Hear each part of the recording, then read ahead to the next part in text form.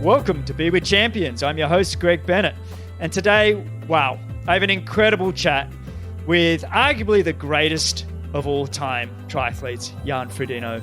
Jan discusses his 2008 gold medal performance and his highs and lows the years following. The highs being obviously his 70.3 and Ironman World titles, and the lows, just the numerous injuries along the way that he's had to overcome. He describes his own win in 2019 Kona as close to perfection, and adds surprisingly that he's second to Javier Gomez back in 2010 at the Hamburg World Triathlon Series race as one of the biggest emotional surprises that he had in his career.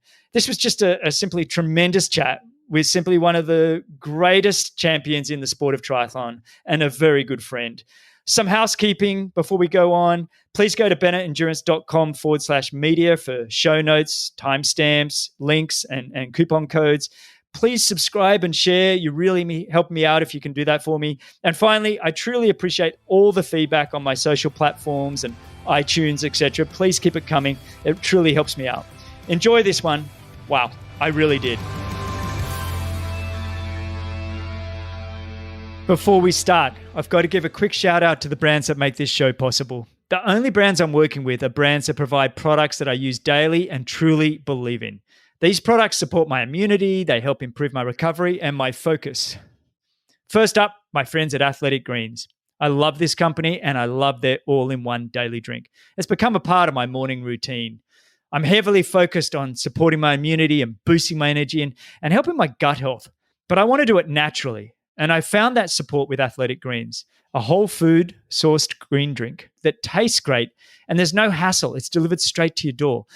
And it's a highly absorbable powder that takes seconds to mix with water, so there's no clumpiness to deal with. I can't believe a green drink sourced from whole foods can actually taste so good. Personally, I truly love it. It's developed from a complex blend of 75 vitamins and minerals. It's packed with adaptogens for recovery, probiotics and digestive enzymes for gut health, and vitamin C and zinc citrate for immune support. So Athletic Greens is designed to help fill the nutritional gaps in your diet. And there's a great offer going on now for you to give it a try. Simply go to athleticgreens.com/Greg to claim our special offer of 20 free daily travel packets with your first order. $79 added value. And get Athletic Greens delivered straight to your door. Again, that's athleticgreens.com/Greg. This show is also brought to you by my friends at Hyperice. Some of these products I've been using for almost a decade. Makers of the award-winning Hypervolt, the world's most powerful percussion massage device featuring Quiet Glide technology. Hyperice is a wellness tech company that makes devices designed to help you move better. From handheld massage devices to vibrating foam rollers, thermal technology, and the Normatec compression systems, Hyperice helps you warm up faster, recover quicker, and simply move better. Used in professional training rooms throughout the NBA, the NFL, MLB, the MLS, Ironman, and other professional organizations for well over a decade. Designed to help improve circulation, flexibility, and relieve tension. Get $50 off all percussion devices now, no code needed, and get an additional 10% off with code GREG10 at hyperice.com. That's hyperice.com, HYPERICE.com, and use code GREG10 for 10% off. And finally, I want to give a huge shout out to my mushroom buddies at Four Sigmatic, and they're tremendous supporters of this show. An incredible wellness company that mixes shrooms and adaptogens with coffee, cocoa latte, protein powder, and even edible skincare products. One of my staples is the mushroom coffee with lion's mane. And wow, I just love how much more productive and creative and clear thinking I am. Plus, it includes chaga, which is the king of the mushrooms. Right now, chaga is my favorite functional mushroom. The compounds and antioxidant properties of chaga play a big role in supporting our immune system and maintaining its function. You're probably thinking, does this coffee taste like mushrooms? And I can guarantee you it just tastes like regular coffee and not like mushrooms at all. Best of all, Four Sigmatic stands behind their products unconditionally with a 100% money-back guarantee. Love every sip or get your money back. And of course, we have a special offer for you as a Be With Champions listener. Receive 15% off your Four Sigmatic order. Just go to foursigmatic.com/Greg or enter code Greg at checkout. That is sigmatic.com/Greg to receive 15% off your order. All right, today I have a special guest, a great champion, a good friend, and an occasional training partner who I've known for well over 15 years. He's arguably the greatest triathlete of all time. He's certainly a strong contender for this conversation. A few highlights include his Olympic gold medal in 2008. He's a 3-time Ironman World Champion with a course record in 2019 of 7 hours and 51 minutes. A 2-time Ironman 70.3 World Champion with his win in 2018 as one of the greatest performances I think I've ever witnessed, probably only matched by his race win in Kona in 2019. A world record in the iron distance of 7 hours and 35 minutes at the Challenge Roth event in Germany. And a list of wins that just keeps on piling up. But it hasn't always been smooth sailing. He's had incredible setbacks, but again and again, he rebuilds, refocuses, and gets himself back onto the top step of the podium. I'm delighted to have on the show a good friend, true gentleman, and a wonderful champion. Welcome, and thanks for joining me on Be With Champions, Jan Frodeno. How are you, mate? Where are you? Mate, I'm in Girona, back home, where I've kind of been stuck the last few months. And slowly hoping to be able to travel to a race, but happy at home for the moment. Mate, it's crazy. Doing homework for this episode, and I was kind of reflecting back a little bit, and I think we first met, and maybe I'm wrong, but on the beach in Cancun after the World Cup down there, and I think you were on the beach with your mum, and we started chatting, and I think we both had terrible days. I think you had a DNF, and I was like near dead last or something, and then just in those days, your terrible day was like a podium. No, it wasn't. I think I actually looked it up. I think I was 54th or something. Anyway, we were both rubbish, but I remember thinking at the time, just what a great guy you were, and your mum was lovely. But it wasn't soon after that. I remember you saying, "Oh, my mum thought you were, before meeting me, I was an arrogant prick," I think. I don't know if that was her words. And I was like, what? Do you remember that? It was an interview you gave after a Hamburg World Cup. I think it must have been 2003, maybe, when you and Mum didn't see it at the time, but you just spoke very confidently of your performance. And I do remember it clearly because we did sit at, I think it must have been dinner after the race, and you and Laura were sitting opposite us, and it was just this delightful conversation that we had, and Mum was so surprised. And I don't know, it's something that kicked things off in a good way, I think, from there. Yeah. And I think it's one of the, like you said, that Hamburg race, I think it was one of those race wins I had where I think I came across in the interview going, that was surprisingly easy. Easy. Wasn't, easy, and I didn't mean it to put everybody else down, just my body had shown up. But anyway, exactly. You just had a great day, and it just it was just an honest statement. That's hilarious. I want to jump right into chat about the 2008 Olympics. And I know you've done a plethora of other things since then, obviously. But what I couldn't believe doing homework for this show was that you'd been racing the ITU for quite a number of years, and it had some success, some podiums and thereabouts. But the Olympic Games was your first ITU win. I think you'd won a German national title and a few other things along the way, but that was your first ITU win after 42 starts. I mean, yeah, it was the first race. Yeah, definitely. It was a long way until then, and it was a long way. Well, as you would know, from third to second is a step, but then from second to first is just a leap of having that confidence and that belief. And it took me a long time to actually believe that I could do it, and luckily, it came just right at the right moment. It was just the perfect day. Mate, I know you've probably relived it a million times and you've done talks on it. Would you be prepared to just step us through a little bit what was going through your mind through that race? Because in doing preparation for this, I went and rewatched it again. So many good mates that were in it, and I still get goosebumps watching it. I even watched it without the sound, no commentators, and I was just like, it was actually a fun way to watch it because you could really feel it. You could hear the breathing and everything about it. So it was a really good experience. But take me through I mean, at least let's look at the run, because it really was about the run that day. You'd had an exceptional swim again. I think you were 11th or 12th out of the water. The bike had sort of been well managed. That, you know, a couple of guys had gone off the front, but only had sort of a 50-second lead or something. And then it was you guys on the run. And this was the first time that we really saw a young Alistair Brownlee kind of dictate the pace early, and you all kind of were hanging on. What was going through your mind in that sort of first 5K, that first 2 laps of the run? Well, yeah, I mean, it was seeing Alistair off the front, and I was like, who is this guy, and what does he think he's doing? Like, little did I know he would come to dominate the sport for years and beyond. You know, it was sort of everybody else's last chance to get in, but we didn't know that at the time.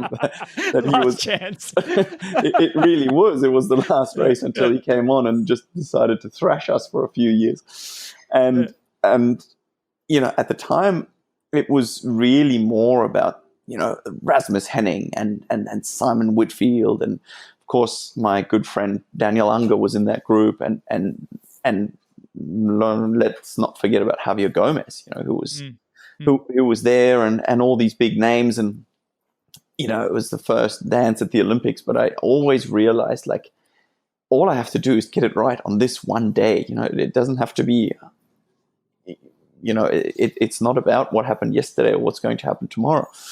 And that was the thing. The real decision in the race happened when Ivan Rana, who out of nowhere got into shape a few weeks prior and won a World Cup in Kitzbühel, and he was sort of, you know, he hibernated for a while from his earlier successes, and then just came out and had this major form and attacked in lap 2. So pretty much after Alistair was caught, he attacked on the hill that took us back up to the dam.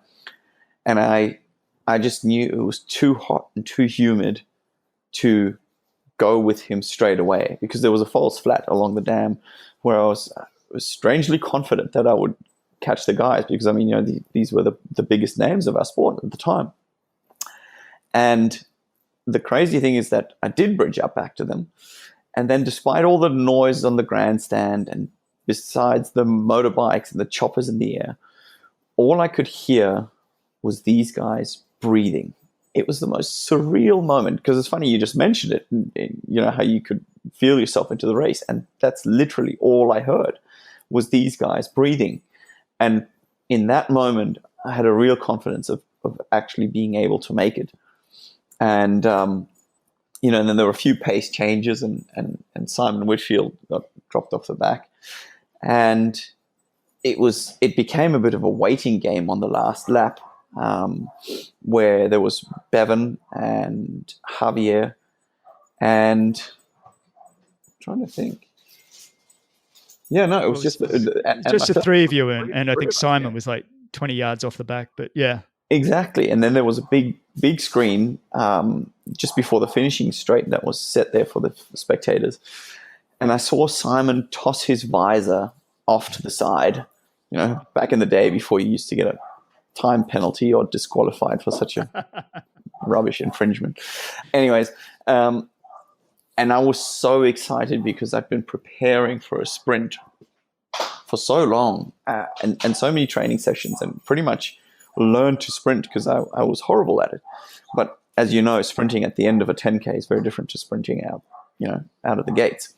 And gotten better at it, and just focused my whole energy on the race coming down to a sprint. So when I saw Simon and he went with maybe 500-600 meters to go, I was just so happy that this final puzzle piece connected, and that was it. That was the moment. That was all that sort of, all that it took for me to really make my dream come true. And that was almost the best moment of that whole race. Wasn't actually crossing the finish line, but that sprint, and the initiation of that sprint was just something that still gives me goosebumps to this day.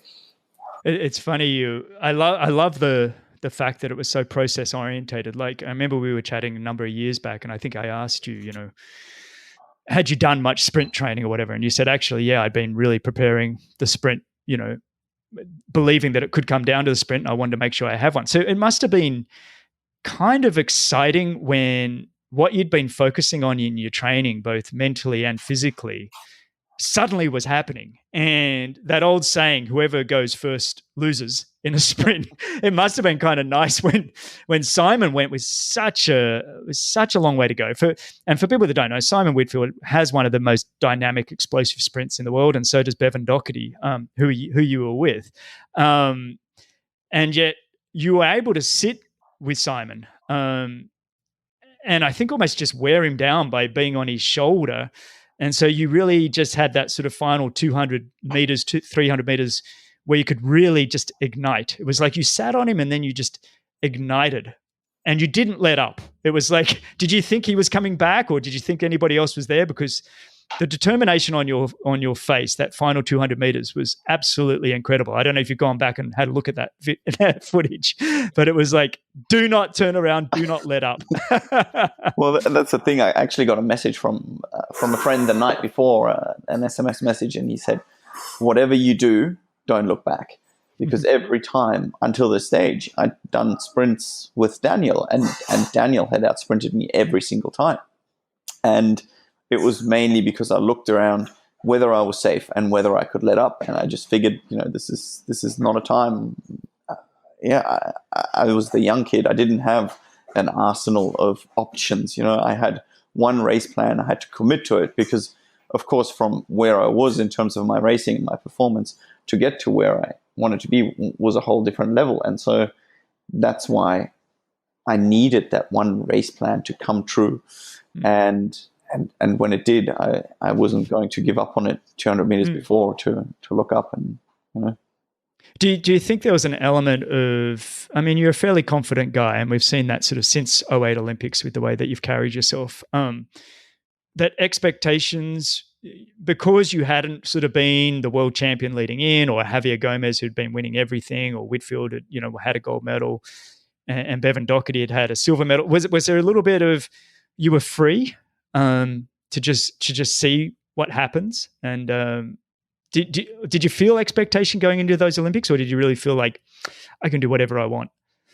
No, expectation is something that you definitely put on yourself. I think, of course, you look at it from the outside, and the whole vibe in Team Germany was pretty down because the Germans hadn't won anything, and of course we're traditionally a big Olympic nation, and that was definitely there. But I had definitely come there with the dream and the hope of winning this race.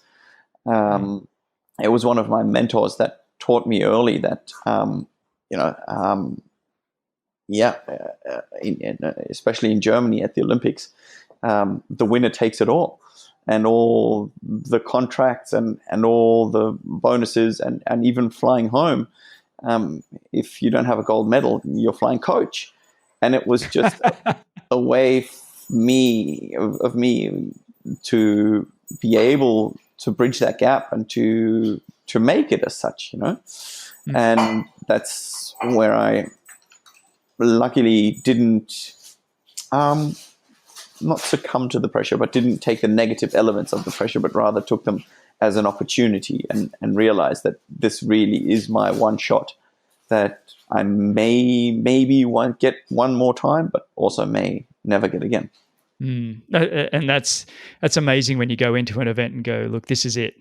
It's all or nothing. I got this one chance. And it's like you said a bit earlier, the sort of the next block, the next 8 years became sort of the Alistair Brownlee, Jonathan Brownlee, Javier Gomez era to some degree.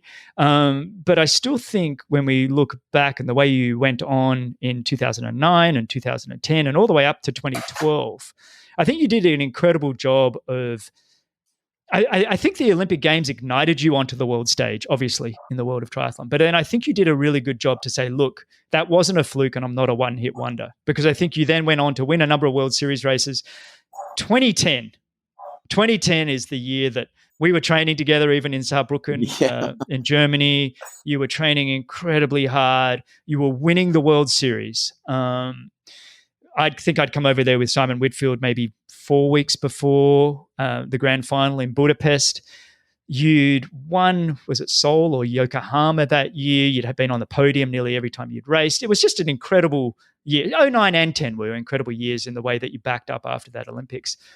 And then 2010 is the first kind of, what would we say, the grand final. It was the first time you kind of got quite a nasty disappointment, I guess, in terms of you had to finish top 4 or 5, I think, to win the World Series. Yeah. And I think you had an injury, you had a niggle, or take me through that disappointment of not winning that World Series that day, and how you were able to grow and develop to become a better athlete because of that experience. Well, it's quite funny you mentioned those as being good years, because I look at them and I'm like, geez, they were terrible and I did a terrible job. But that's because I'm of course, applying my current standards to it and forgot that you actually have to grow as a person to get there. But really, I was training so much out of fear and spite in those days of trying to prove exactly what you said, that it's not a one-hit wonder and that there is more there. And there was very little enjoyment in the process as such. It was always about being hard and training more and being tough. And 2010 was really just the bill I got for my attitude towards, the privilege of being an athlete, and just, really trying to punish myself through it. But I had no injuries. I had no niggle. It was cold and I can't deal with the cold, but still that's, I think I was 42nd or something in the end, or I don't even know what it was. 41st. I just looked it up. Oh, there you go. One better than you thought. Stole myself a place.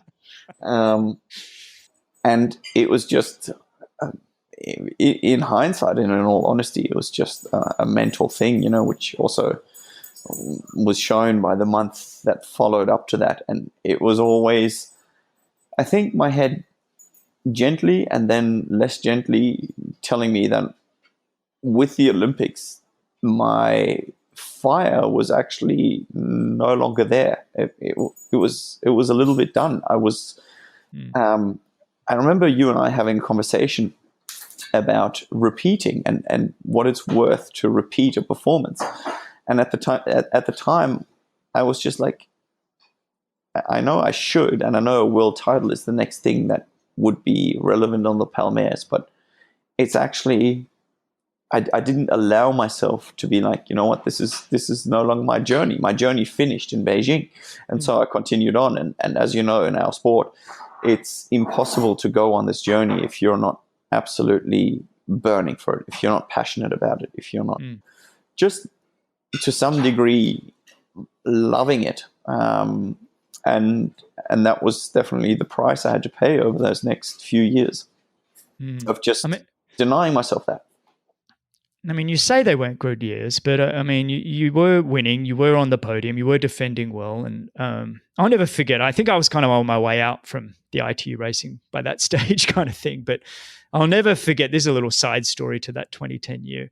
Do you remember Hy-Vee, Des Moines, Iowa? It was the big World Cup, the big How money could I race. forget? And I turned up and I'd had this sinus infection that had been just going for months. I couldn't get over it. And I'll never forget that the Olympic champion and a friend of mine, right after the briefing, ran up to your room and you found me I think you had some dried chili or something. You're like, great, get this into you. You'll be right by the weekend kind of thing. And I know something like that kind of stuck with me, because there were very few. Us athletes can be fairly self-absorbed, as people would know.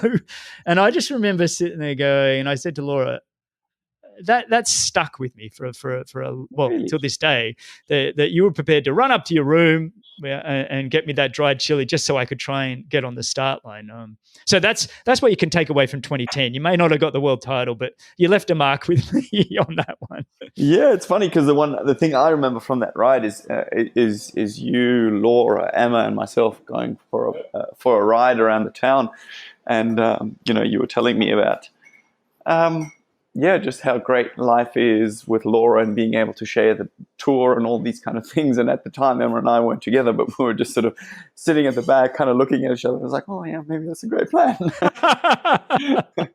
I know. I do remember that bike ride going around the course, and you guys weren't together, but I think there was like, oh, maybe that could be something. But mate, well, I had Javier Gomez on the show, months ago now, but and we were talking about his world titles, and he almost doesn't claim the 2010. He said that one was a little bit unfair. Jan didn't turn up on the day and play, so he ended up winning, I think, that World Series title. But if you chat to Javi, I don't think he truly owns that one. He feels like that was your year. But how do you feel like that experience has maybe then affected you if we step forward?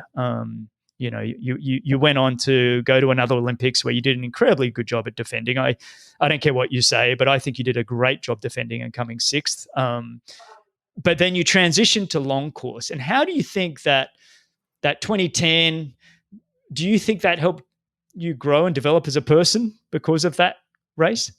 You know what? I was that thick-headed. I didn't get it even in 2010. I was just self-absorbed, and I felt sorry for myself, and I put on a few kilos and just went to a really, really dark place, and didn't see the lesson, or didn't see the opportunity, or didn't see anything valuable out of that. I just felt sorry for myself. And it took another blow, which was the one before the 2012 Olympics, where I basically had a nerve injury that wasn't diagnosed for ages, and I couldn't run. I was fit, doing all these things, but I was just forever in pain every time I ran, and it was just a nerve that flared up, and that was the key to my long course career, and actually realizing like it's not worth carrying on. Even though I haven't studied anything, I haven't really got any other options here. But if things just become miserable, then it's not worth going on. And it also made me realize how much I love the sport and how much I love being able to go out for a run. And it's incredible how it oftentimes takes something that's taken away from you in order to then realize how good it is. And that's what that injury did for me, and really being sidelined for 6 months and then coming back, and in 6 weeks of running, trying to get as fit as you can for an Olympic Games. So that was indeed actually a race I was very happy with, and a race that I was happy to end my Olympic career with, not because of the placing, which was a 6th place, but because of the fight that I put up and having given all for that race. And that was for me a clear sign that, you know, it's time to move on and look for another journey and find another adventure and you know, do it for the love of the sport again, and not for federations and all the other things that flow along with the Olympic distance. I couldn't agree more with all of that. I think one of the things that, you know, the reason I think I was able to have a reasonably long career was simply because I was just passionate about the sport. I was passionate about the hard training. I like to somewhat punish myself, probably to my detriment at times. But buried yourself nonstop. But and look, I'm not encouraging anybody to do that. I was wrong, and I was overtrained most of my career. But I was very passionate about it.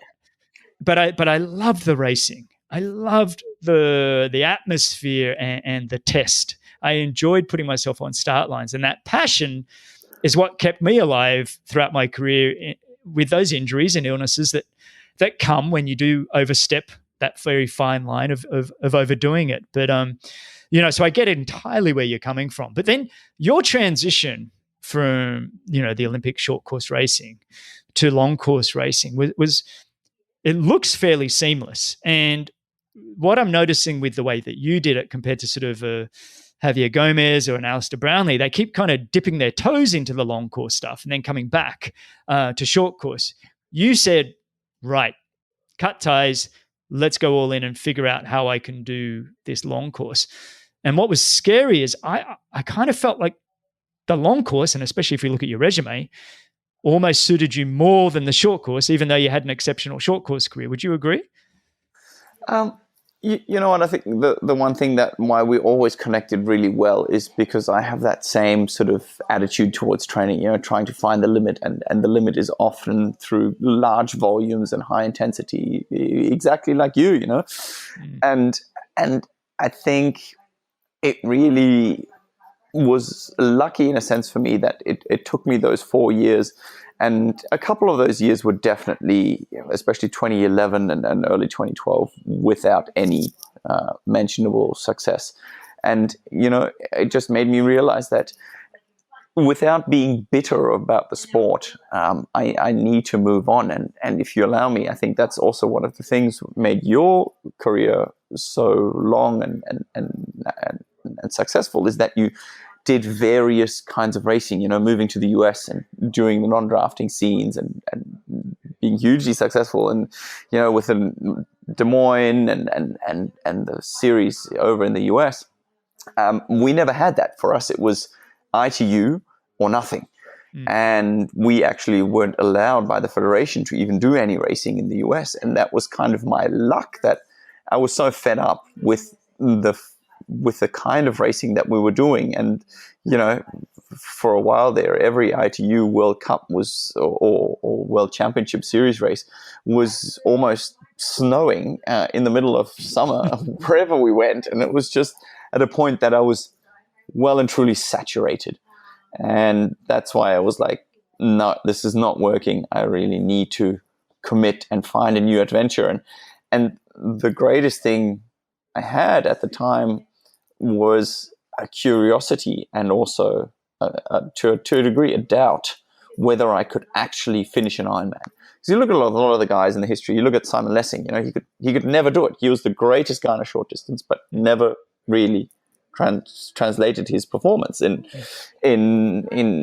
long distance racing. And there are various other examples that really left me wondering, and that fueled my hunger to be like, okay, I got to put in the work as though I was a rookie, and just coming in, and just felt like being that young gun again. It felt like being fresh and building your own team, and everybody who's on your team is invested in your interest. And it really was a hugely exciting time, and actually continues to be.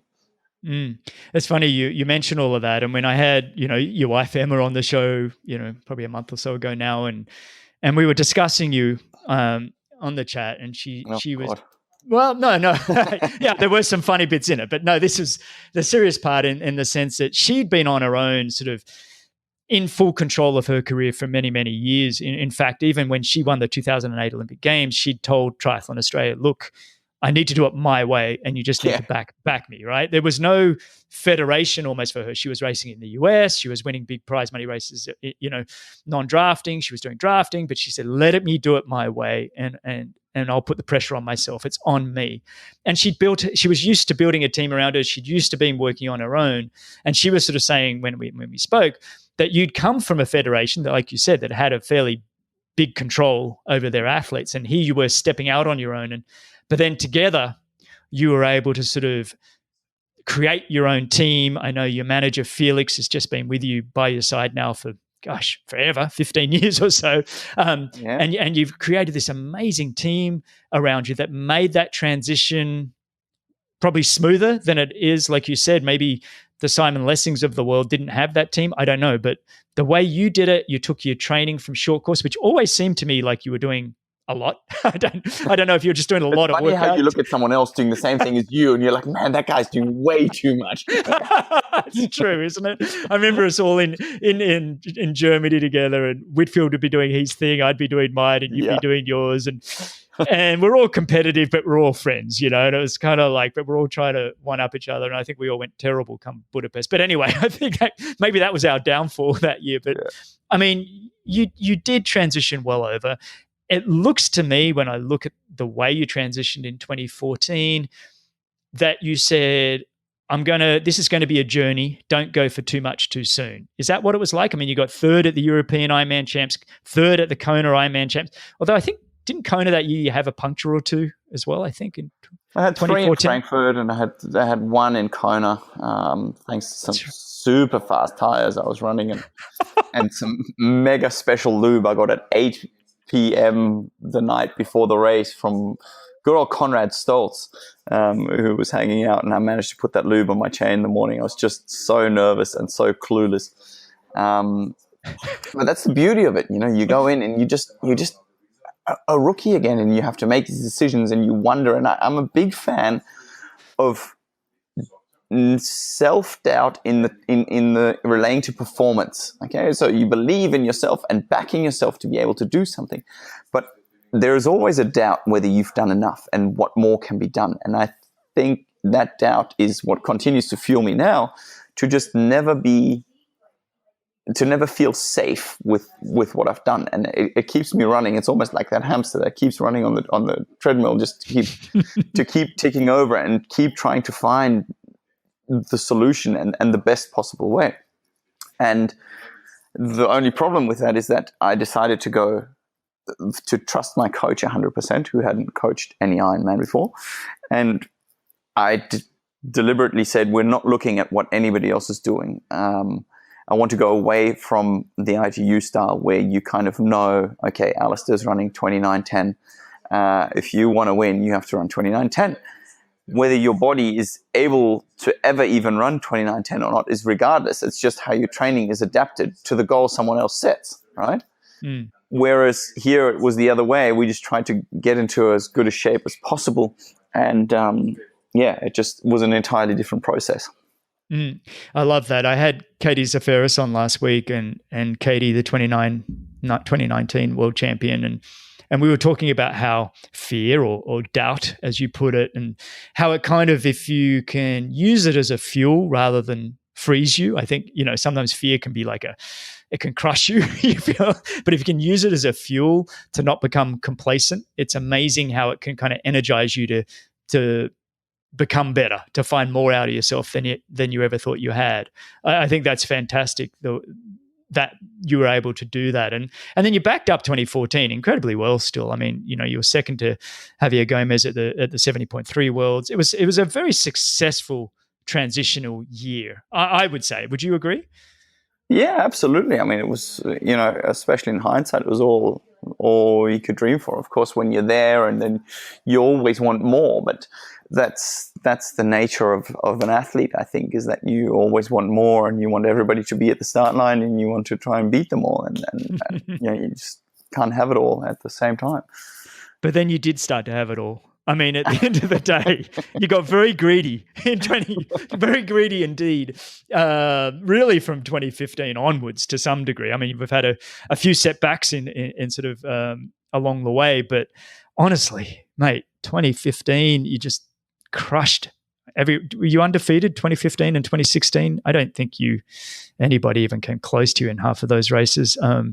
You went on to win Ironman European champs, backed it up with your first Kona Ironman world title, which if you're in long courses, basically, unless you win in Kona, you're a nothing. So it was I realized in 2017, ironically, I was undefeated in 2017 as well, but 2018 actually. Yeah. But 2018 was hilarious, mate, because I remember putting on Twitter after that 70.3 world title win that you had that, I'd been in the sport for 30 years. And honestly, I think that race of yours, and I've told you this to you, so I'm not blowing smoke up your butt anymore, but basically I think it was one of the greatest performances I think I've ever seen in triathlon. But it's all forgotten because you didn't start Kona. It's like, hang on, 2017 wasn't a complete disaster. You've outrun two of the other greatest triathletes of all time in Javier Gomez and Alistair Brownlee. You had a dominating swim and a dominating bike, dominating run that year with a 1:06 half marathon. Just that's sounds carbon, sounds carbon and all. No carbon shoes, nothing special about it. Actually, it was pissing down rain too, I think. It was a wet road. I think in all that I know Kona, we're going to talk about Kona 2019 probably for the ages, but I loved that 2018 race that you put together, and it was unfortunate that you fractured your sacrum, I think, on the flight to Australia, or something happened there. What was that like? That going from an extreme high, because you're obviously elated, South Africa being a second home to you, winning a world title in front of the very, very best, 5-6 weeks out from Kona. Going for a three-peat, you'd won in 2015, 2016. Tell me about how you reacted to that disappointment in 2017. Well, that was 2018. So 2017 was the year where I ended up walking the marathon. That's right. So that was a little thing in between. But you know what? What I'd learned by then, and that really surprised me, is like I was down when I got the note from the doctors, and that said basically the scan that you have stress fracture and I'm out. There's no way we can do anything. We could try a little bit of aqua jogging, this and that, but you really know with a stress fracture and a serious one, there's no way you're going to run, and you don't want to put yourself out there. And you know how you get so down and so disappointed on something, it just didn't happen. I have to say that 2018, that South African race, was probably the most fun experience as a whole, coming back to the origins where it all started, exactly in that town of Port Elizabeth where the African champs took place in 2000. And we drove up from Cape Town in a bus, and it just brought back so many memories, and racing on that home soil was so magic that even not being able to race in Kona didn't get me crashing down and burning. I wasn't like, okay, the world is coming to an end. I really realized that, one day it is going to be over, and one day you are not going to be an athlete anymore. And if this is the last time you raced, well, then shit, it was a bloody good time, There was everything there and more. And it was strangely a time that I was actually able to appreciate until I went to Kona that year. I decided to go there for like sponsors and appearances and TV and all those kind of things. And that too was probably another key moment that made 2019 happen, is seeing Patrick go there and break the 8 hours and having to stand on the sidelines and watch him. And it was just heartbreaking not being there. It really, it was a tough race to watch, and really made me realize that I'm not ready to be in that role and to sit there, and that I definitely got more hunger in me. And so it was almost like it was awful, but it was necessary. It was like that fire. It just kind of went, hang on, I didn't like watching that. I need to. Absolutely. And Yeah. after 2016, I'd gotten a little bit, 2016 was a year that, without sounding, how do I say this, without sounding too cocky, is that I felt I got lucky. I just felt I got lucky in the race, and that my preparation hadn't been where it should have been, and I had a lot of distractions and just a lot of noise that I wasn't able to block out, and that my training had suffered because of it. And that's why I still hadn't translated the race that I really wanted to. And, all those things were bundled together in that moment of watching in 2018. Whereas if it would have all gone to plan and it would have all come together, I would have probably retired there or the year before. Isn't it funny? We search for the perfect race, and that doesn't just mean winning. It means winning in a certain way. Isn't it funny? And even how many victories are you happy with in your life? Exactly. How many of them? You know what, though? It's funny. Even sometimes I've actually finished, I remember finishing second to Simon Whitfield way back in Minnesota. Minneapolis was the big sort of 6-figure money race. But I put together a fantastic day. I got beaten by a better man. But I remember being elated with my performance. And it's funny, sometimes those races where you don't win still leave a mark on you and go, that was a pretty epic performance. Obviously, I got more work to do if I'm going to beat Simon or beat whoever, but it was still funny, and for you, I think looking at that 2016, like you said, 2016 was a pretty massive year for you with that. You broke the world record in Roth. I think that was 2016, correct? 7 hours, 35 minutes, which was just incredible. So you've gone, home soil, Germany, and punched out an amazing race. Then you've gone to Kona and led the German sweep, which I don't know how many times. I think there's been another German sweep back when Hillrieger won back in the mid-90s. But other than that, countries don't lead sweeps. But you went Jan Frodeno, Sebastian Kinley, Patrick Langer on the podium in 2016. Looking at that race in 2016, the way that you and Sebastian had a great head-to-head battle along yearsHe Drive for the first 10 to 12K. It was an exceptional race to watch. Was there ever a point that you thought, how am I going to get rid of this guy? Well, with Sebi, in an Ironman anyways, before he changed coaches, that he always goes out quick. He always goes out quicker than what he finishes. It's just the way he races, because he's a purebred racer. He wants to actually race an Ironman. He doesn't want to sit there and tactically wait, which, a lot of people do and sometimes get rewarded for and sometimes not. But that was really the thing that I was hoping, that he was just going out too quick, because other than the aid stations, I was really wondering how long we're going to go with this for. And you kind of think how cool it sounds, this iron wall between Scott and Alan, and you're like, that sounds great, I want to be in one of those. But when you're in one of those, holy shit, do you not want to be in one of those? It's awful, right? And it was really, really cool, but I was not entirely unhappy when it went up yearsHe Drive, and Sebastian started dropping off a little bit. I love that. I think that's great. I love the image of Mark and Dave, and I want that with like a mile to go. But actually, no, I really don't. No. Just, can I win this comfortably? Can everybody just settle into their places and give me the win, please? Can we just actually end this at 35 Ks? Because the last 7 Ks, it just... it really hurts. They hurt a lot, yeah. I remember listening to a young Australian triathlete years ago, Emma Moffat. So a good friend of Emma's. Yeah.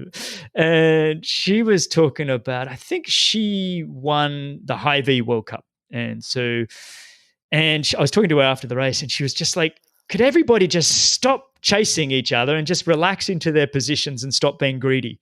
And I just laughed at that. It's like, can we all just cement our results early and then just go for a jog? But anyway, mate, then let's just skip right forward, because, 2019, what I loved was, I don't know where I heard it, but you did an interview and you said, I wrote a letter of intent to my coach and to my manager, and I just loved that. And I think, both Laura and I often talk about the difference between sort of good and great is intention. It's that trigger that often, when we go all in on something, that everything matters. Tell me about that letter and that purpose of 2019. So that letter of intent was a slightly booze-fueled 2018 Kona after the race, sitting in the apartment with my coach and Felix. And, we were sitting there drinking our longboards and reflecting about the days and what had gone and what had happened.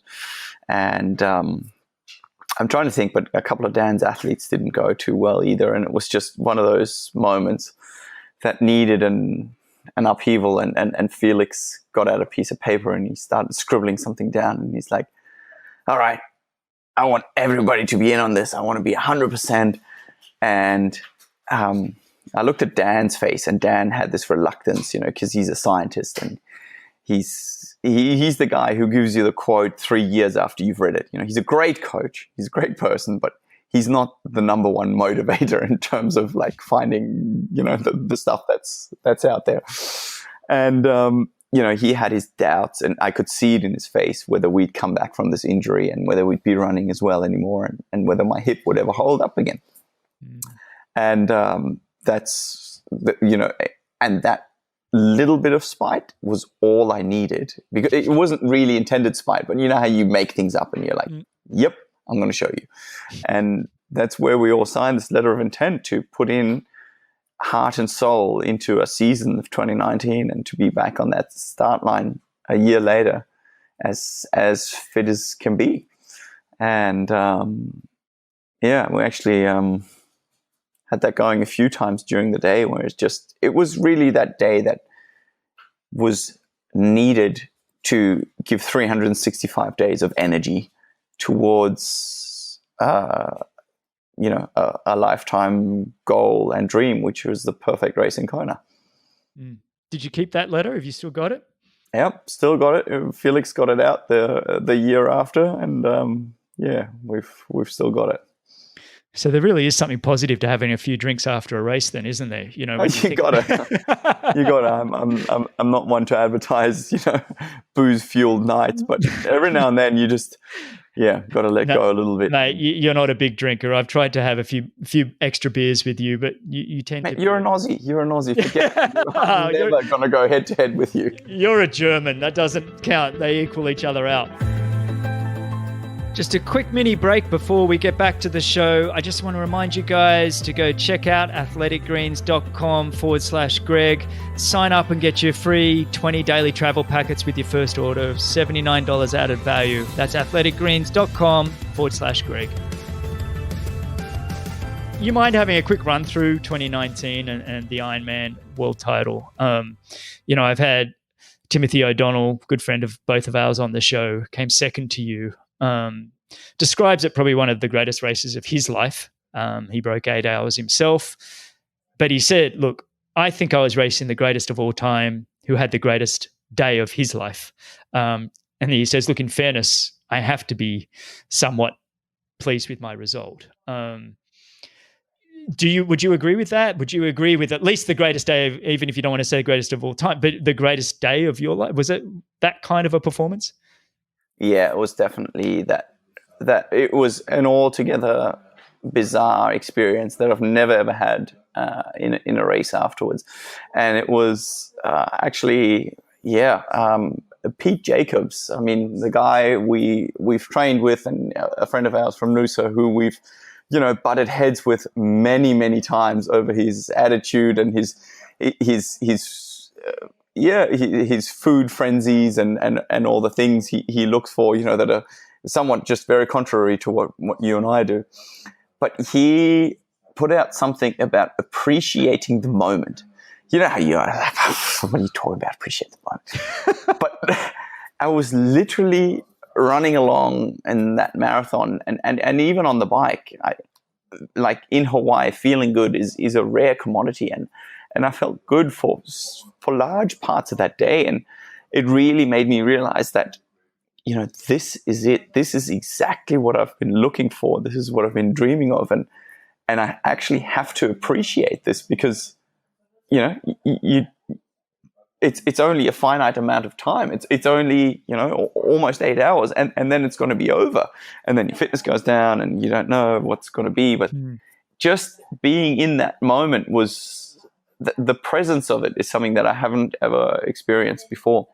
And having the legs to go when I wanted to, and having the ability to hold on to a certain pace, and the ability to talk yourself out of overheating, all those kinds of things. Just things that I've never really achieved before. I think most of the listeners have probably seen it or are aware of your race, but just quickly for those that haven't, it was an extraordinary race in the sense that it was probably the first time in many, many, many years that a little swim group actually got away and stayed away on the bike. We keep seeing the groups come through and the Uber bikers, but yourself, Alistair Brownlee, Timothy O'Donnell, Josh Amberger, there's another European athlete with you guys on the way up to Harvey, but you all look like you worked. Maurice Clavel. I'm sorry, yes, Maurice Clavel, thank you. And it looked like you were doing a fair shunt of the work, to be honest. And then it looked like on the way back, Timothy O'Donnell did a fair bit, on the way back down from Harvey. Alistair Brownlee, I think, had a change of wheels and maybe toasted himself a little bit trying to catch back up to you guys. But it was at that. Was it a definite attempt to get away from them all? Was it about 40 kilometers to go? You kind of just ignited. It was like suddenly you were back to Olympic distance triathlon. And I don't know what you did that last 40 km, but the rest of the field were just left. Was that in your race plan? Had you trained for that specifically, or you just felt good? No, well, I hadn't trained for that specifically. I dreamed of it. I've always believed that having the perfect race in a triathlon, you need to make a mark on the bike, at least in Kona, and that it's not enough to just wait until everybody else pops, and most of that happens obviously on the marathon. So I really felt that I had good legs. I know my strength in the last hour of the bike generally, because that's where the good old diesel kicks in. But I'd seen on the surges that one by one, the guys got tired, and all of a sudden it was just Tio and L and I. And, then Tio did come through and do a turn. And I just realized that I could do more. Like, I felt good, but I could definitely do more. And so it was the bizarrest place for me was on the uphill, coming out of or coming back on the Queen K, that I actually managed to hold my power higher than what I normally would, and realized that T.O. had dropped off. But Alistair was still there. And then I waited for the next aid station, made sure I got in my fluids, and then, just really put my head down, tried to get as aero as possible, and put in the watts that I still had left. I mean, in terms of pure numbers, it probably wasn't fantastic, but, it never is after 150K in Kona.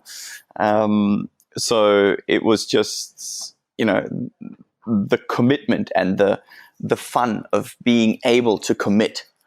That was the greatest thing, where you kind of, you often you have a plan to ride, and then you're like, oh, should I be doing this? Should I not be doing this? But just the actual joy of racing that you spoke about earlier, coming out in a race and really just being happy to give it all, regardless of who's sitting in a bunch and getting dragged up the road by, the Uber bikers sitting in the second pack.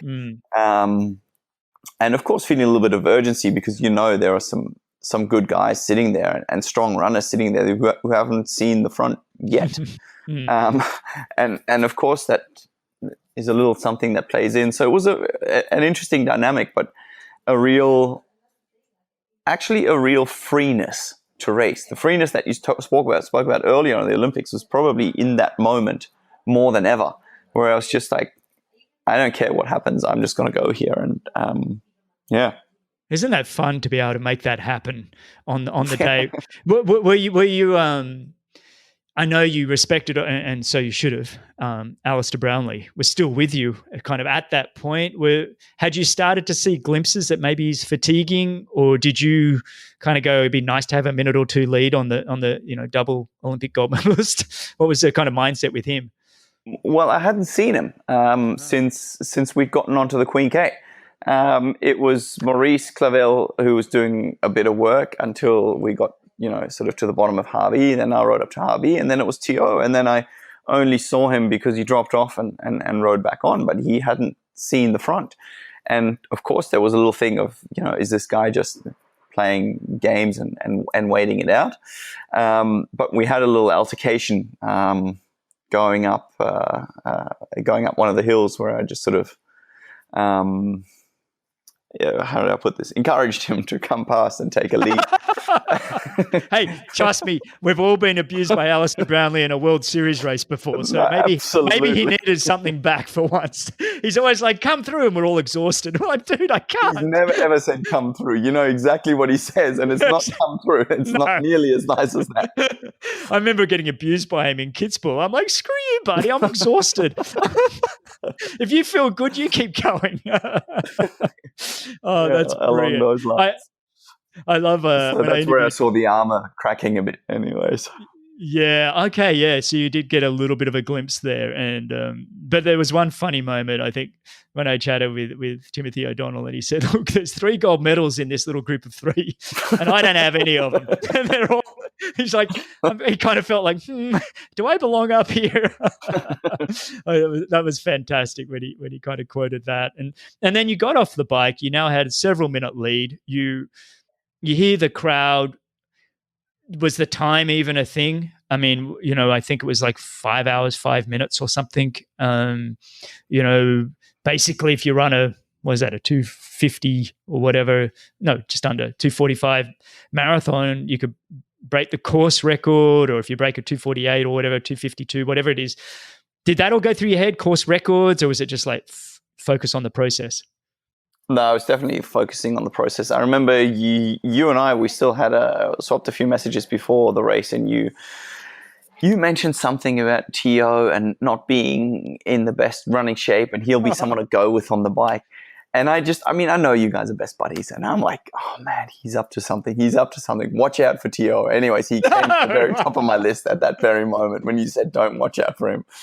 And I was still very aware that I took a long time in T2 purposely to cool down, and it was not a long way behind that the guys were, and it really only crept into my mind that somebody said, all you have to do is run at, I don't know, 2:45 for the record. Only. At around kilometer 12. And then I'm like, I haven't done that before. I also haven't ridden off the front by myself. I'm not sure it's a great combination, to have this, to have that in the back of my head. And of course, you start doing the maths and what you need to run, and what I'd been training for in preparation for the race, and what I thought I could do. And of course, that's when the maths really started to come in. But again, I just always try to come back to the process and enjoy the moment as much as you can, and really be there and then, and involved in not making mistakes, taking up the right nutrition, just putting one foot in front of the other. In fairness, so I was chatting to yourself. I chatted to Sebastian Kienle and Timothy O'Donnell. All before the race, I was doing some work for NBC as an analyst. And it was actually the catalyst for starting this show. I enjoyed the conversation so much with you all that I'm like, these are such good mates with such great insights that I thoroughly enjoyed that. So why not do a podcast and chat to them all? Anyway, Tio had put out several weeks previous. He was doing some water running, and he put it on Instagram. Water running. Don't worry, everybody. Just doing water running. I'm like, nobody does water running because they really want to. So I write back, I'm worried, buddy.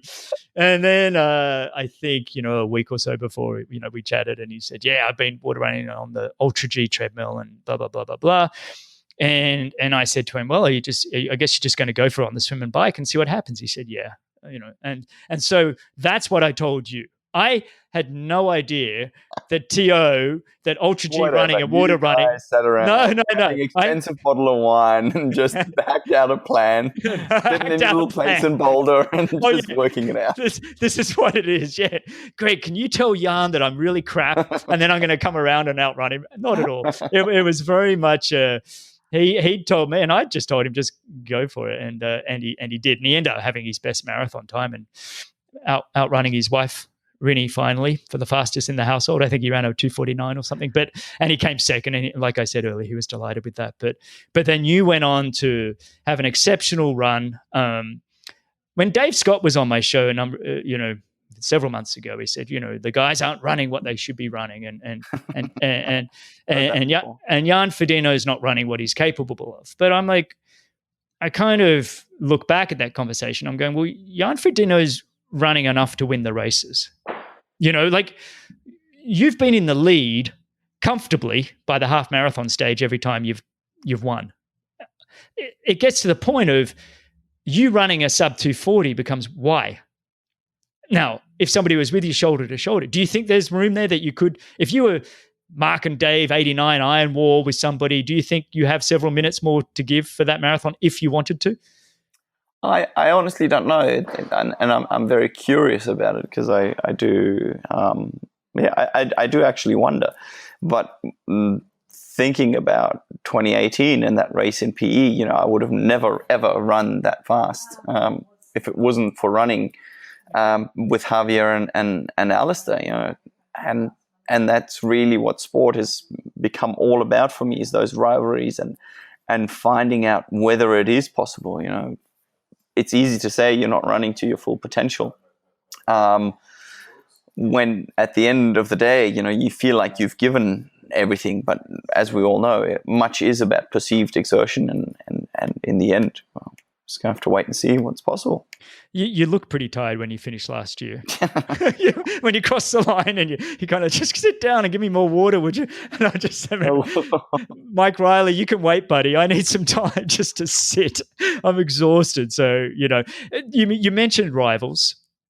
Who would you put at the top of your list of the most I don't know, fun rival is the words I'm trying to look for, but who have been the greatest rivals and some of the battles that you've enjoyed is, when we've talked Alistair Brownlee, Gomez, Sebi, Patrick Langer, I mean, is that the list? Is there anybody else that you would throw in there and go, I've really definitely not all of those guys are on that list. 3 at best make that list.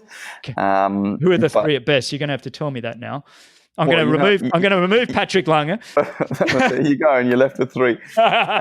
It's just something that hasn't been going. We've never had a rivalry. We've never actually been able to race. We've never been in the same race as this guy.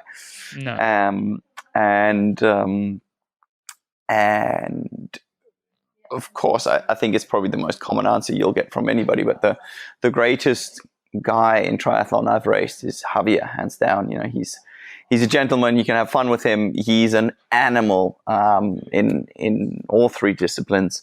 Somebody who's been consistent over so many years and so many disciplines, and he's an honest and true competitor, and that's all you can ever wish for. He enriches any start list he's ever on.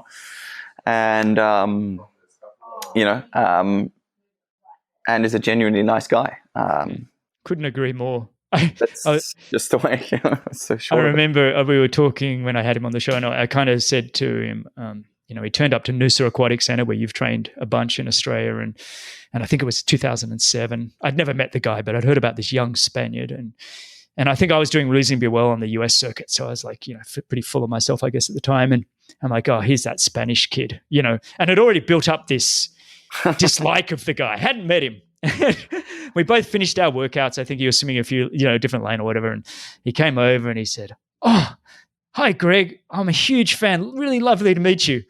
And I felt like such a dick. I was like, and ever since we've been good mates. We've lived together, trained together, and ever since. But we often laugh about that first interaction and just how, as athletes, we almost build up this shield of the new brigade coming through, and we don't want to like them. And he shattered that when he came over and said g'day. So just like you said, I second everything you're saying. I just think one of the most lovely people you could ever meet. And I don't know if anybody's won more races than that guy. He just keeps turning up and winning, Yeah, absolutely. And I really hope he does get that elusive shot at Tokyo. I really do hope that he does. Well, the athletes in general are granted the chance to go again in 2021. But I think every time that guy's racing and I'm not, he's got all my fingers crossed.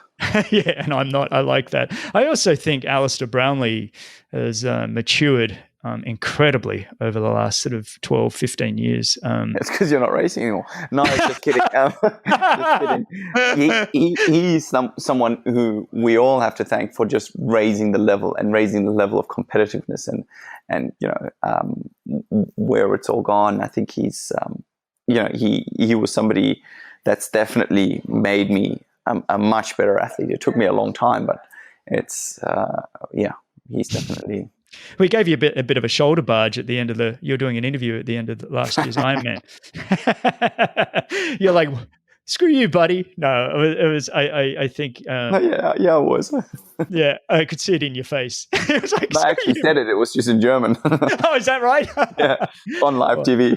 Well, I think between yourself, Alistair Brownlee, Javier Gomez, and throw Mark Allen in there, Chris McCormack and I were talking about, we put you 4 in the strong arguments of the greatest of all time triathletes. And there's no right or wrong answer to that to some degree. I think it's just a fun discussion. Sometimes it gets heated when people get very passionate about who's their favorite. I did have you squeezing in front of Mark Allen for the number 1 spot, but that I might change my opinion after this. I'm not sure yet. Yeah, absolutely. It's such a relative thing. And as you say, it's a fun debate, but you really struggle to compare, across generations and which races were valued and the World Series and all these kinds of things. So it's. What's incredible about your career, though, is like you won the Olympics on the day after your 27th birthday. So really, that's when your career started in my mind. You might have 50 or 100 races even before that, but you ignited the world stage on that day. And what you've done in the 12 years since. Well, we can't include 2020. That's not fair. The 11 years since was really, really quite remarkable. If we wound the clock back and think about when you first started the sport, could you imagine that you would be now in the discussion of the greatest of all time? I mean, were you a confident kid? Did you believe this journey was possible? You know what? I still hope that I don't wake up and somebody just tells me, "Oh, geez, all right, go back to work. You've got a 9 to 5," and all this was just a dream. And you know what? I don't recall myself like that. And then recently, somebody told me that in 2001, I told him that I needed to go to Germany so that I could get the funding and the support so that one day I could be a world champion. I'm like, no ways did I say that. That is so embarrassing. But I guess, without being arrogant, I think I always was a big dreamer, and I always thought, why not? And I think that's really the thing that's been my luck, that I kind of always thought, well, yes, that there is a chance, and if you don't go, you won't know. What I like about you is I think we've had some incredible raw talent come into the sport. And what I mean by that is just the Alistair Brownlee, Javier Gomez, that just exceptional. At 20 years of age, Javier's winning the under-23 world champs. At the similar kind of age, Alistair Brownlee's winning world titles and running off the front for at least 5K at the Olympics. I think he was even 19 in Beijing, and then 24 he's winning the gold. They're just incredible. Not to say these guys haven't. It's really incredible talent met hard work ethic and opportunity. But with you, I would put you in the talented bunch. Definitely. I think you're amongst probably another 20 to 15 exceptional athletes in the world. But for you, what I've loved is this consistent work ethic and application to the task over many, many, many years, and being able to keep that going even when you've, got broken sacrums or you've got nerve damage or anything else. You've been able to keep that consistency going. And that's what I really like about you and your career, is that ability to keep dreaming, keep believing, and keep pursuing. It's just been exceptional to watch. And, I just wanted to let you know that. I mean, you know that already, but I just thought it was... No, but it's funny. There's the Hungarian water polo player, Tibor Benedict, who's considered the greatest left-hand water polo player of all time, 3-time Olympic champion, all these kind of things. He passed away last week. And he said something that, I don't know, it almost got me to tears when I read it. It said, "I never had a particularly good ball sense. I never played football or basketball well. I didn't throw particularly long shots with the ball, and I threw them even shorter later in my career. I'm not particularly strong or smart. I don't swim too well, and my water level is completely average. I always wanted it better. That was my talent." And it just, I don't know, it was, it's so easy to say and it's so cliche to say, but it's definitely something where it just resonated, to a sense that there are always more talented people, and all those tests at the Olympic training centers, when everybody tells you, "Oh, you're not this and you're not that, and you're not straight enough, and your back is too weak, and you're too tall. You're too tall to win in Beijing because it's a hot race." All of that. Totally, you're too heavy, and all those kind of things. And it just, Simon Whitfield actually once said, "You do it for 98% of the reasons, and 98% of the good reasons, and 2% is for the assholes out there." And it really does become about that, It does, doesn't it? It does, just to stick it to them, and wanting it, just not even wanting it, but needing it. Yeah. I agree, and I love that quote. I might have to look it up and put it in the show notes, because that's just fantastic, and I think it does describe you very, very well. I think and especially if you have to consider winning the Olympics at 27 at a late age, that it's an indicator of you're there or thereabouts, but we didn't. It's taken the work, a lot of work and a lot of intent work to get where you are. Your family and Emma, these last few years, how's that been? with all the success, with all the expectations, with all the pressure that comes with it all, how's it been with two beautiful kids and Emma now by your side and Felix? Tell me a little bit about that team of yours. Well, you know how it is in a normal household. You shut the door and all of a sudden everything is just, you leave everything outside. And I think that's been the good thing, is finding a normality at home and kids being a definite, just putting things in making things relative. It's just, sport is a beautiful thing, but it's not the most important thing, and that's what kids make you realize. And it really was that moment in 2016, having Luca at the race for the first time in Kona, and just realizing like he actually doesn't care what happens on race day. It's like he just wants to play afterwards, and that really has been such an enriching process. My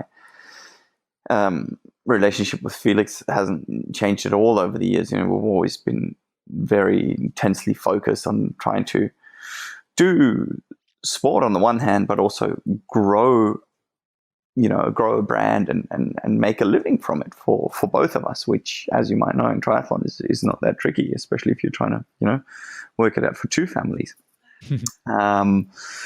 And these days, I've got Albert with me for quite a few years now, who's my physio, who's basically responsible to a large degree for me still being able to run and perform, because he keeps me injury free. And so who else is there? Nick Castellane. We've now been training together for 5 years. I mean, could you imagine training with the same person for 5 years and still being happy to see each other at the pool? Like, we were talking about it the other day. It's such a rare partnership in sport, because you have a pact and then kind of it works out for a while and then it doesn't anymore. But that's been truly unique over the years, and other people come and go, but it really has been a very fortunate find of good, actually I should say great people that have helped me along the way. And your coach, Dan Lorang, he's incredible. The success story behind him now with Annie Haag, he also winning the 2019 World Championships in Kona for the women. How long have you been working with him now? Yeah, so Dan, I almost forgot in the list, because we've been working together since 2012, but we literally have an online relationship. I rarely speak to him. I message him after sessions sometimes, so he messages me sometimes. When we get closer to races, we start working a little bit closer, but he still gives me a day-to-day exact plan for every session, and I follow it to a T, because he knows me incredibly well and we work together incredibly well. But we've just sort of found our groove working this way. I mean, you might remember that I'm generally at least 5, best case 5, worst case 15 minutes late for every session, and that drives a structured person up the wall, and I totally get it. But I'm lucky to have found great people that have accepted my consistency in being late, because you got to admit it's also a consistency if you're late all the time. What's funny about that is right before this podcast, I went through my mind and was like, of course, yeah, okay, no, this is hilarious. This is so random. I'm like, I wonder when the text is going to come from Jan that he's 15 minutes late. And literally 30 seconds later, beep. And I actually texted Laura and I said, boom, it happened. I knew it was going to happen. But I did appreciate at least you told me. And I kind of knew you would be 15 minutes late. But at least you told me you were going to be 15 minutes late. And honestly, even I don't think, I think most of the guests I've had on this show are generally 15 minutes late. So I think maybe it's an athlete thing. They're like, another podcast. Oh my God. So mate, I can accept it, because I really appreciate you at least coming on. But I want to just quickly touch on a real couple of things before I let you go. If we were to say, what was the greatest performance of your career? Could you pick one? Oh, I don't know. Yeah, no, it'd have to be 2019 Kona, actually, I have to say. Despite 2018, it'd have to be, that race that will stick with me for a long time. And what about the most emotional high or almost surprise victory? Um, um, I think the most surprising race that I'm one of the happiest with is very similar to what you said. And it was, I don't know if it was 2010 or, I think it was 2010 in Hamburg, coming second to Javier, actually. What? It was just one of those all-out races where we just went and attacked and counterattack and attacked again and counterattacked. And I ended up getting the shorter end of the stick, but that's probably the most surprising race for most people that I would say definitely stands out to this day. I love that. I love that because it wasn't even remotely on my radar as one that I was waiting for. But I love the fact that it is that. I think that's just fantastic. And I think, 2020 has been discussed. None of us know what's happening. How are you affected right now, mentally, emotionally, looking forward with planning? You'll be, 39 in a month or so here. In my eyes, you still got some time if you want it. I kind of think the late 30s and early 40s are still sort of golden, but I also know how hard you pushed yourself. Your thoughts going forward. I loved when and just to interrupt before you start, I loved last year when you kind of had, because I can was the reason why you kept going. And I love that. That's still a mantra, sort of being that, Ironman racing and the world gets back to a little bit of normality. I'm not sure what that is yet, but I mean, how are you dealing with that mentally and emotionally now? And I guess physically preparing. Where are you at the moment in your head with all of that? Well, the whole confinement was obviously a tricky one because you're like, oh my God, what is going on here? Like, is it ever going to come back to normality? Because we were police enforced, not allowed on the street, right? So that was kind of scary, being almost in a house arrest. And then, of course, doing that try at home, Ironman at home thing, which not so much physically, but emotionally was still quite a big thing just because of all the attention it received. You're just like, well, what's going on here? And, then with such a high comes a low and you're just sitting at home and, what do I really need to do this, and just getting by with a minimum. And now I've just found a really good groove, dialing my training back, sort of maybe 4 or 5 hours a week, but just finding a strict routine where I just do get it done without questioning, without looking for a finite time. Of course, I've had the September race on my mind, being able to go to a race in Hamburg, which would have been awesome in front of a home crowd. But also February Kona, let's be very realistic, is just, it's a long way off and far from likely in my eyes at the moment. I don't want to be pessimistic or anything, but it's just... You're being realistic, yeah. Yeah, being realistic and also being ready to go. If somebody tells me you can race in 4 weeks' time, well, I'm ready to go in 4 weeks' time. And I've really enjoyed that process, actually, because you're going at a slightly lower flame, but it actually... you're also not that tired that you're not really able to enjoy the process. You're still tired and you're still challenging, but you're not setting up PBs and you're not, taking the world apart, because that would just be silly at the moment. So yeah, it's actually turned out to be quite rewarding at the moment.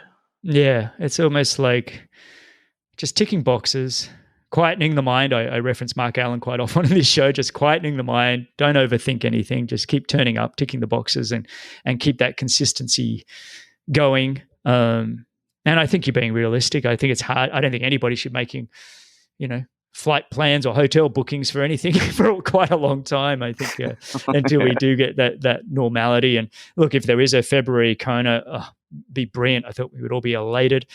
You would probably go back to Australia to prepare for that, or would you stay in Girona? I mean, Girona has been very good to you at the moment. Well, it has been very good, but you got to remember that it's also very, very cold here in January, and we have about 8 hours of light in a day, and at the moment, it's not realistic to travel to Australia with all the travel restrictions and all that kind of thing. No. So really, the US is probably a place to go, but I think over there the world hasn't even seen the effects of Corona yet, and remember, then we're also heading into winter. Not hasn't seen it. Sorry, that sounds totally wrong. It hasn't seen the full spectrum of it. And February is winter for the Northern Hemisphere, so it's just hard to see. Us putting up a triathlon festival around that time. It's interesting because the sport actually started, Ironman Kona actually started in February way back, and they changed it to October so the Northern Hemisphere countries could all prepare properly. And so there you are. It's going back to its roots almost with the February. And you touched on the Ironman you did at home, and I'd be remiss if I didn't mention it, just how inspiring and amazing that was. And I think you still did like an 8.5-hour Ironman or something, swimming in a backyard pool that looked freezing, by the way. Then the 180K bike on Zwift, where you had people calling in. I saw Cancellara and Boris Becker and all sorts of people calling in, which I just thought was amazing. And I think that was your event for 2020 almost, in the sense that the build up and then the emotional low that comes quite often after an exceptional event.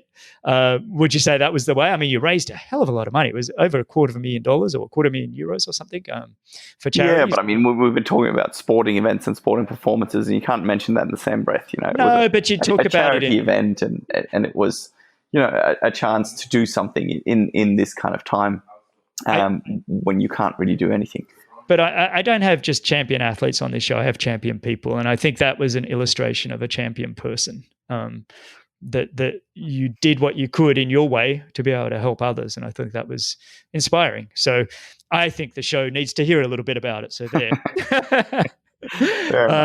It was actually very rewarding in that time, and a very, very rewarding process also in hindsight, like to be able to go out, and choose your charities. Because the thing is, it's one thing to raise €250,000, but then you're actually like, okay, what am I going to do with all this money? And it's really cool to be able to research foundations and look at the hospital situation, but also realize there are kids who don't have enough to eat just on the other side of town.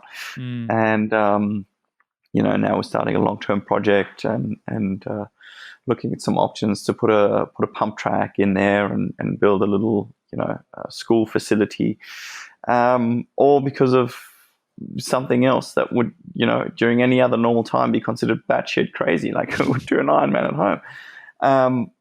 But it was just the time that called for it and or enabled it, and So how do people support you with those charities? Have you got that on your website, or I mean, is there any way we can, people listening want to donate? The thing is, we're currently just looking at the official process and everything. We're busy founding a foundation. Gotcha. And putting it all together. We haven't done it because at the moment the Laureus Foundation is actually helping us distribute the funds wherever we want to for immediate help. But the long-term project that we're building is currently being funded. We're looking at a plot tomorrow where we might be able to build our facility, getting in quotes, and it's another thing on the plate. Good on you, mate. That's fantastic. Rewarding. You're doing so much with your notoriety and who you are, and I think that's just absolutely brilliant, mate. So, look, I've taken a lot of your time, and honestly, next time I do this, I just want to be sitting on your couch or on your deck in Girona with a beer, and after going for a few hour bike ride with you around the mountainside. Indeed, are you onto the gravel biking yet? You know what's funny? I think you're about the third person on these shows that's like, Greg, you got to get on the gravel bike. I'm really into my mountain biking. I'm a rubbish at it, but I'm really into it. But I haven't got a gravel bike, mate. These days I've got to pay for bikes, and I think my wife would kill me. So next time I come to Girona, I tell you what, I'll borrow the electric bike again that Emma has, and you can ride the gravel bike, and we'll go for. I think it was the only time I've dropped you so easily was when I was in Girona. Hot cake. When was I there? 2 years ago, I think I was there with you guys, and we went for that ride. And man, what a beautiful part of the world! And where else in the world would you recommend listeners trying out for training? Is it just Girona? I mean, you've spent time in Noosa, and I know you've had your clashes with some trucks and things there. So I know it's not a favorite place, but where would you say, I don't know. It is my favorite place right here. I mean, that's why we moved here, and I've seen a lot of places, and a lot of places offer a lot of things. I've actually never been to Boulder, so I've traveled, but I certainly haven't seen it all, and I'm always happy to learn. But for what we do, we found a little paradise, and indeed, it is certainly worth a visit. And I can just recommend it for any kind of sporting activity. Really, that's the cool thing here. Whether you want to go climbing, mountain biking, swimming, sailing, do skiing in the winter.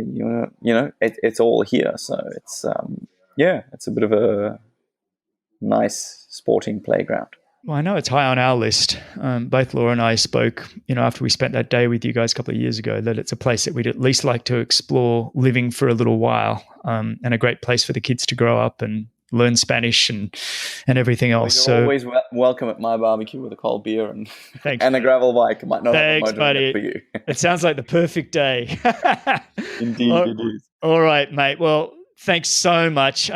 Stay on the line. I really appreciate it. I'll put in the show notes all the links to your Instagram and everything else. I think you just yarn Frodeno at everything, aren't you? For people to follow. Get on early.